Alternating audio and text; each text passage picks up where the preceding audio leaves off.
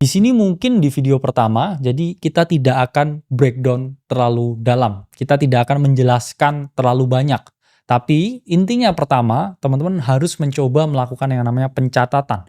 Apa itu pencatatan? Yaitu adalah pencatatan berapa banyak uang yang teman-teman peroleh dalam waktu 1 bulan. Teman-teman juga harus mencatat berapa banyak pengeluaran yang teman-teman keluarkan dalam waktu 1 bulan.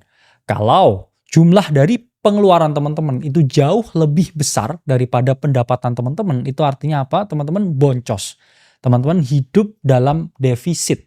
Hidup dalam keadaan yang butuh uang lebih banyak daripada yang teman-teman habiskan. Dan faktanya memang lebih banyak orang yang spendingnya ini lebih banyak setiap bulan daripada gaji yang mereka dapatkan. Lalu sisanya defisit ini ditutup dari mana? Satu, mungkin kalian berhutang ke teman, ke keluarga, atau berhutang ke lembaga-lembaga tertentu. Kedua, mungkin teman-teman makan uang tabungan. Mungkin nggak kerasa nih karena punya tabungan, punya warisan. Tapi sampai kapan warisan tersebut akan ada? Teman-teman juga harus menghitungnya. Ketiga, mungkin teman-teman minta uang dari pasangan kalau udah beristri atau bersuami atau berkeluarga, minta pasangannya. Atau juga bisa teman-teman minta dari keluarganya. Ya ini yang kita ngomong nanti ya sebagai generasi sandwich atau generasi yang menghidupi ya 2 generasi dan dia terhimpit. Itu banyak sekali di Indonesia. Hampir 3 dari 10 orang di Indonesia itu juga generasi sandwich. Maka dari itu teman-teman sangat penting untuk melakukan yang namanya pencatatan. Ada banyak sekali aplikasi di luar sana ya yang gratis ya. Saya ngomong kita nggak terafiliasi. Ada Money Manager ya, ada yang lokal juga banyak lah. Bisa teman-teman download terus teman-teman setiap bulan ya teman-teman catat pengeluarannya berapa, pendapatannya berapa, lihat nggak kira-kira ya surplus atau defisit. Surplus itu keadaan ketika pendapatan teman-teman itu jauh lebih banyak daripada pengeluarannya. Defisit itu keadaan ketika lebih banyak pengeluarannya daripada pendapatannya. Harusnya, ya saya nggak ngomong harusnya, tapi harus kamu surplus setiap bulan. Artinya apa? Pengeluaranmu itu jauh lebih sedikit daripada penerimaan atau pendapatanmu. Supaya apa? Ada sisa uang. Sisa uang ini tujuannya apa? Untuk 2. 1, untuk tabungan. Tabungan itu apa? Dana darurat untuk hidup beberapa bulan ke depan. 2, itu untuk investasi. Mengapa investasi ini perlu dilakukan? Karena ada satu hal musuh dari investasi, yaitu adalah inflasi. Nilai uang lama-kelamaan itu akan selalu mengalami penurunan. Penurunan nilai, bukan jumlahnya. Kalau jumlahnya tambah banyak. Mengapa? Ya karena uang kan dicetak terus tanpa underlying aset tertentu. Sehingga kalau uang dicetak terus lebih banyak sesuai hukum supply and demand, uang itu jadi tidak terlalu berharga. Karena apa? Karena jumlahnya banyak. Sehingga itu menyebabkan inflasi. Nah, teman-teman harus melindungi diri dari inflasi dengan melakukan yang namanya investasi. Yang mana nanti investasinya akan kita bahas lebih detail. Lalu, langkah kedua, teman-teman harus memiliki metode budgeting yang baik dan benar. Ya, ada banyak sekali metode di luar sana. Ada metode 50, 30, 20, ada zero based budgeting, ada metode yang lain-lain. Nah, aturan 50, 30, 20 itu merupakan aturan yang membagi rasio teman-teman spending untuk kebutuhan sehari-hari itu adalah 50% dari gaji yang teman-teman peroleh. 30% untuk keinginan, 20%-nya untuk saving atau investing. Metode ini tidak terlalu oke kalau teman-teman ada di rentang yang masih UMR atau yang teman-teman udah merdeka finansial. Karena apa? 50% pendapatan setiap bulan itu nggak masuk akal untuk orang yang udah di high net worth individual. Karena apa ya? Kalau mereka penghasilannya 10M lah sebulan. Masa mereka mau 5M ini untuk kebutuhan sehari-hari? Kamu mau makan di mana? Kan nggak mungkin. Sementara kalau kamu masih UMR juga, pakai 50, 30, 20, ini nggak bisa. Misalkan kamu UMR 4 juta. Nggak bisa dengan 4 juta ini biaya hidup itu setengah atau 2 juta untuk kamu spending hari ke hari ya, itu kurang duitnya. Bisa aja kamu spending itu 80% karena kamu masih UMR. Ya, sementara zero based budgeting itu merupakan suatu metode di mana teman-teman mengkosongkan semuanya. Ya, yang penting dulu kamu bayar, setelah ada duit sisanya itu harus dikosongkan. Quote on quote ya, dikosongkan ini dialokasikan entah itu untuk rekening tabungan atau untuk investasi. Dan masalah budgeting ini memang agak tricky. Kenapa agak tricky? Karena setiap orang memiliki keadaan finansial yang berbeda-beda. Nanti di YouTube ini ya kita akan bahas lebih dalam mengenai bagaimana sih teman-teman ini melakukan metode budgeting sesuai dengan skenario, sesuai dengan gaji yang teman-teman peroleh. Selanjutnya ya langkah ketiga, kita nggak ngomong secara spesifik, tapi teman-teman ini harus memiliki tabungan. Lah bukannya tadi nggak boleh ya menabung terlalu banyak, yaitu benar ya. Kalau terlalu banyaknya ini sampai itu hampir ya lebih dari 50% harta kita.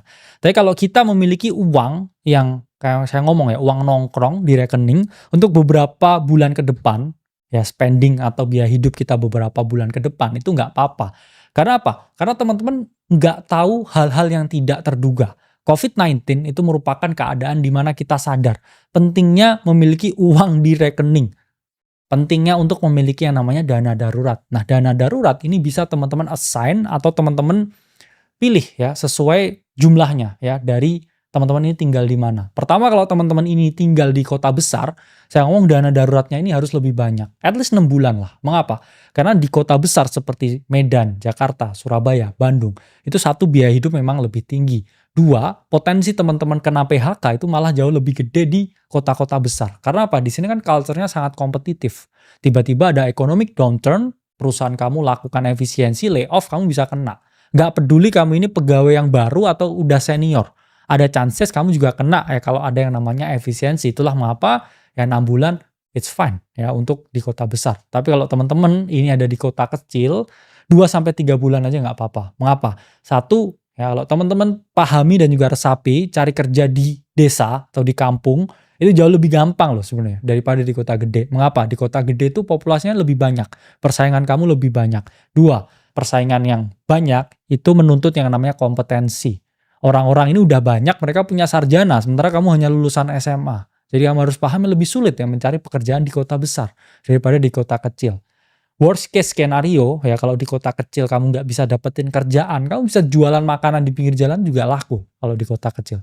Beneran. Kenapa? Karena populasi jauh lebih sedikit, ya kompetensi itu nggak setinggi itu karena orang kan melakukan yang namanya migrasi ke kota besar untuk memperoleh uang yang lebih banyak. Tapi di sini lebih kompetitif. Sementara di kampung itu tidak sekompetitif yang teman-teman bayangkan.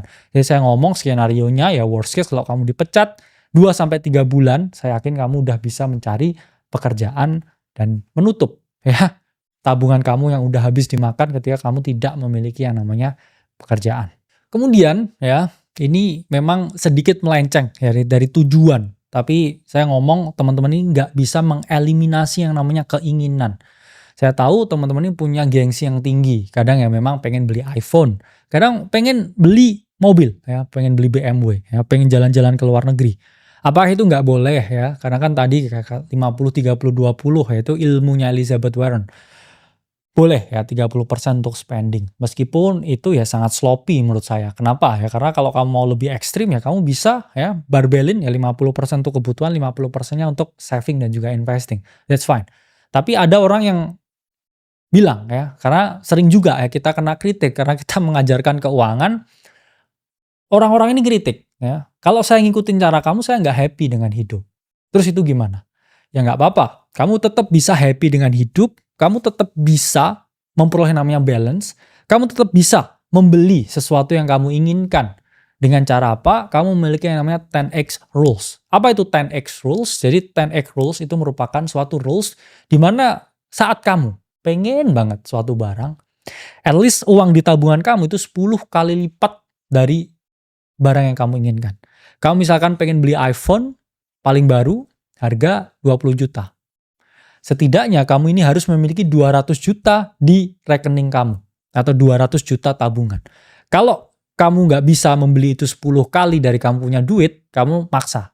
Ya ini rules-nya Bill Gates yang buat. Ya. Saya pernah dengar beliau memang punya rules seperti ini. Bahkan kalau beliau nggak 10x lah ya. 10x itu kalau dia beli roket. Ya, atau dia beli spaceship. Itu mungkin 10x ya kalau sama dia. Tapi dia pernah mengungkapkan ini untuk orang-orang middle class income. Orang-orang yang ada di fase bawah. Apakah boleh saya beli BMW F30 harga 500 juta? Nggak apa-apa, tapi kamu harus punya 5 miliar di rekening kamu. Kalau kamu hanya punya 800 juta, terus kamu ngeredit BMW, terus kamu jalan-jalan ke luar negeri, yaitu kamu sign up for a financial disaster. Yaitu kamu namanya menembak kaki sendiri. Jangan sampai kebebasanmu diambil hanya karena kamu melakukan yang namanya utang konsumtif. Dan ini pun masuk ya ke bagian yang terakhir ya. Ini memang sedikit melenceng dengan tujuan, tapi hal yang bisa teman-teman hindari supaya tujuan keuangan ini bisa teman-teman terapkan dan ini terjaga ya. Ini murni tidak terkena ya distraction yang ada, yaitu hindari utang konsumtif. Utang itu teman-teman ada dua ya, satu utang produktif, dua utang konsumtif. Utang produktif itu ketika teman-teman ini berhutang untuk usaha, berhutang untuk bisnis, berhutang untuk ekspansi. Ada juga berhutang untuk investasi.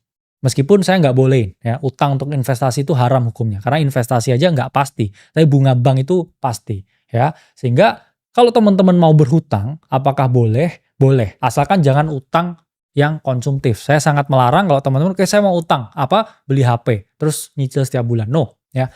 Saya mau utang, apa? Beli mobil. Enggak, no. Karena apa?